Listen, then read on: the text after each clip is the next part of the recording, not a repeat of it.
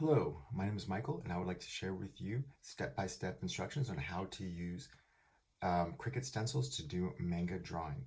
Now, this lesson was highly successful for me working with the HCJPD residents, and they really enjoyed it, and they were pretty successful, and it was a great way for me to connect the graphic novels in our collection with the programming which I share with them. The first thing I like to share with my residents is an example of what the drawings are going to look like when they're finished. These are the female characters, and these are the male characters. And you can see that I did one of them vertically or portrait style, and the other one horizontally, so that the residents could see that they could do their drawings in two different ways. They could set them up in two different ways. The first step in this drawing process is creating a format, and this is really a great way to start off the drawing because it allows you to give your students a mini lesson on tracing. So what I shared with my students was, you want to pretend that there's a breeze in the room, so you always have to keep your hand on the stencil. This first stencil works as a panel for our graphic novel drawing. And so what I want to do is keep one hand on the stencil, and I want to go around in one direction and continuously trace until I get back to where I started from. And if I need to move my hand or change hands to get better access to a particular area, I'm going to put my other hand down first before I pick up my other hand. So after you do that, then you can place the stencil portrait on the line. And same thing, go all the way around until you get back where you started from. And what I usually told my students was to make sure that they drew light so that they could erase, and then when they erased, they wouldn't be able to see any of the pencil lines. But I'm going to draw kind of dark on mine so you can see my lines. And after I do that, then I'm going to use my ruler, and I'm going to connect the top of my ears to the bottom of my ears on both sides. And then there's an indentation right below the ears on both sides of the face. And I'm going to make a V for my chin. Now, if I want to make my character have kind of a more masculine chin, I'll make it a little bit less pointy, a little bit more angular. Okay. And then I'm going to draw in some lines that are going to be guides for my facial features. One line that goes down the center of the face, and then two horizontal lines that connect the top of the ears and the bottom of the ears. And then I'm going to draw in the eyes as flattened arcs on the top line. And I kind of want to make the eyes spaced out so there's enough space for an eye in between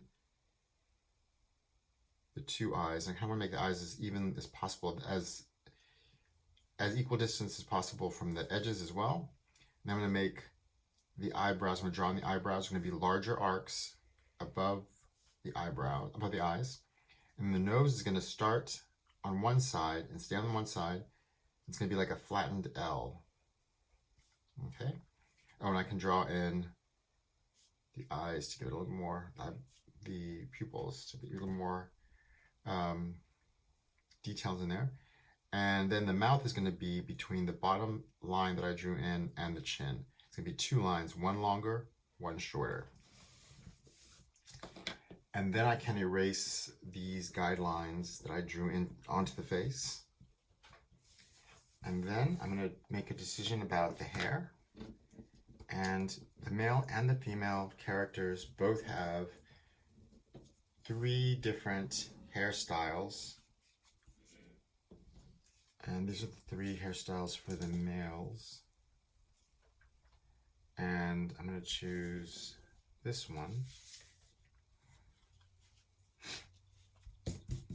And you just kind of want to make sure that you're placing that so that the top of the head should be about, the eyes are going to be halfway in between the top of the head and the bottom of the head, so that's going to be about right here. So this is probably the more complicated of the stencils, so you really want to reiterate those tracing rules, being to start on one point and go all the way around.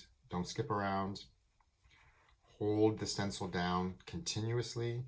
If you move your hand, make sure you put another hand down before you pick that hand up. So you see I move my hand, but I put another hand down before I start tracing again. And there you go. And now I'm going to erase.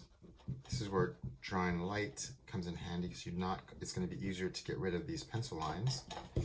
And then for the clothes, you have your choice between a ninja and a schoolboy. Those are popular tropes in graphic novels, and I'm going to choose the ninja. And the same thing, I'm going to trace all the way around. Now here you'll notice that my clothing is going outside of the panel, and that's okay. Most of the drawings will stay inside of the panel, but some of them will go out of the panel. It's your choice. So if your student does not want the drawing to go out of the panel, they can stop where the panel lines start. But if they don't, if they don't mind it going outside the panel, they can do. That's a choice they can make also. Then let me do this. So to finish this outfit, you're gonna make the inside of the cowl here, so that there's their neck, and the bottom of it here. It's kind of like a zipper. It goes down the middle. You can see, you can see that a lot of the drawing went outside of the panel, and this is kind of an example of that in a graphic novel where they have some of the wording that goes outside of the panel. So it is common to see that inside the graphic novels. And then the other thing that you can add is speech bubbles.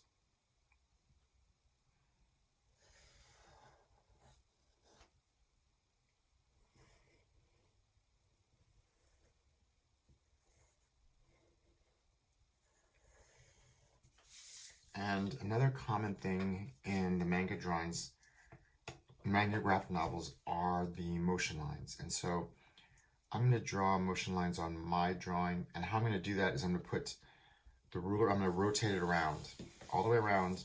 I'm going to draw the lines on each side as I rotate it. So I'm going to draw the lines, rotate it,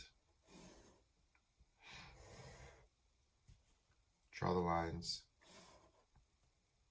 and now I'm going to ink my drawing. So before you ink your drawing, you probably want to let your students look through the different comic books and see different details they might want to add. All right, they might and I want you to also notice one of the things that is another characteristic is the halftone shading. So I'll show you how to do that in a bit. There's a halftone shading, and they might be able to look at some of the characters and see facial features that they like, that they want to include in their drawing. Since our drawings are pretty generic, they might want to add some other characteristics. So I'm going to maybe make my eyebrows darker. I may make like he's opening his mouth because he is saying something.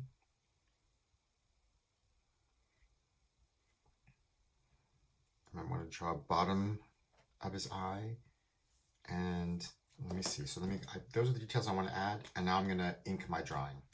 Now that my drawing's inked, I'm going to erase all my pencil lines. If you have some advanced artists in your class, you can show them a couple of other things they can do, and that is to add some line quality. And line quality basically means some lines thick and some lines thin. So maybe in the hair, I'm going to draw in some lighter lines,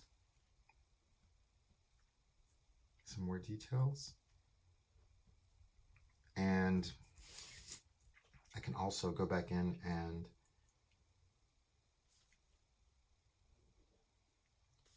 make some of the major things, which I did a little bit darker.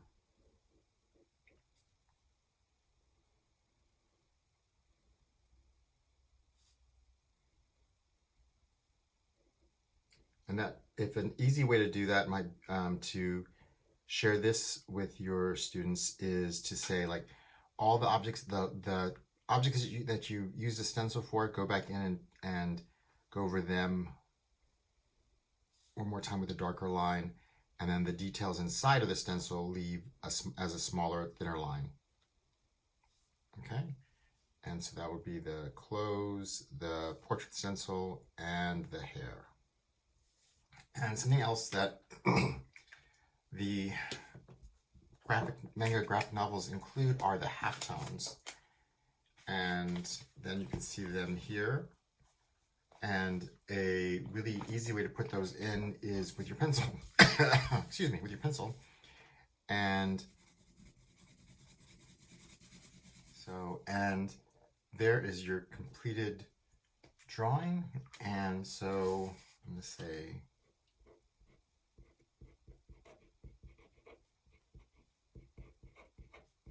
thank you for letting me share that with you. And if you have any questions, please let me know. Thank you.